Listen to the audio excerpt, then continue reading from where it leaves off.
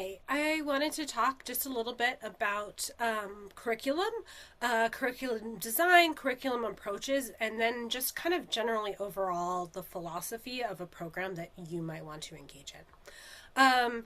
So many times we are getting jobs that are within established programs, but also perhaps we might also be starting our own programs, and so I want you to probably reshift or refocus about how you think about curriculum.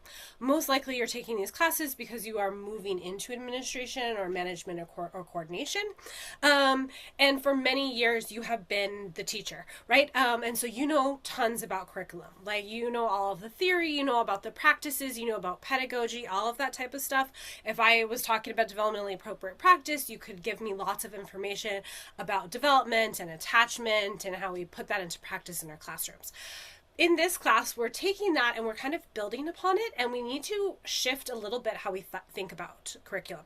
Instead of those individual moments and that lesson plan and those daily activities that you have been deeply immersed in, instead I'd like you to think about kind of three different areas: coordination, alignment, and communication. So you are moving into coordinating many people's curriculum across probably wide ages, right? Among classrooms, among people, among humans, among teachers, among large groups of children, or maybe smaller groups of children, but you're thinking in a general way. You're thinking in a vision way. You're thinking in a different way, and not just how do I do this lesson plan with my core group of children. Instead, you're thinking, I have teachers and staff and requirements and curriculum that I now need to coordinate, manage, and administer. I also want you to shift into alignment. So how do we align that our curriculum works well as a whole? So if you're doing creative curriculum, you're doing Montessori, you're doing Reggio inspired, you're doing projects, you're doing high scope. I don't know what you're doing, and there are many ways to approach it, and that's kind of what I want you to start thinking about, is what is your individual approach to how children learn?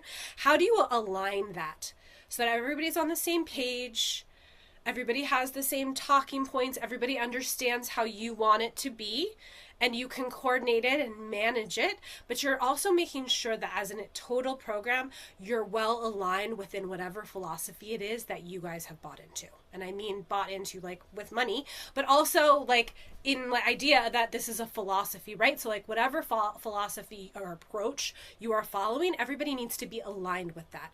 So if you have somebody that's not aligned, how can you bring them back into alignment with the program? And how can you make sure that seamlessly over an entire year you are following this approach or philosophy to early childhood education? And then finally, I want to think about communication. You are communicating to your staff what the approach is. You're communicating with them how they're going to do it. You're probably reading lesson plans. You're looking at activities. You're planning out through an entire year how all of this will come into play. And so you need to communicate well with them about when they're doing a good job, and then maybe also providing feedback when they have areas in which to improve. And you also now need to communicate with families. And this is probably a bit of a shift as well. So I used to communicate about an individual child and their individual take on something. And I had conferences and I did my DRDPs, or I gave them, a sheet about learning, something like that, and shift into how do I make sure that I am communicating my coordination and my alignment and my approach best to a group of parents.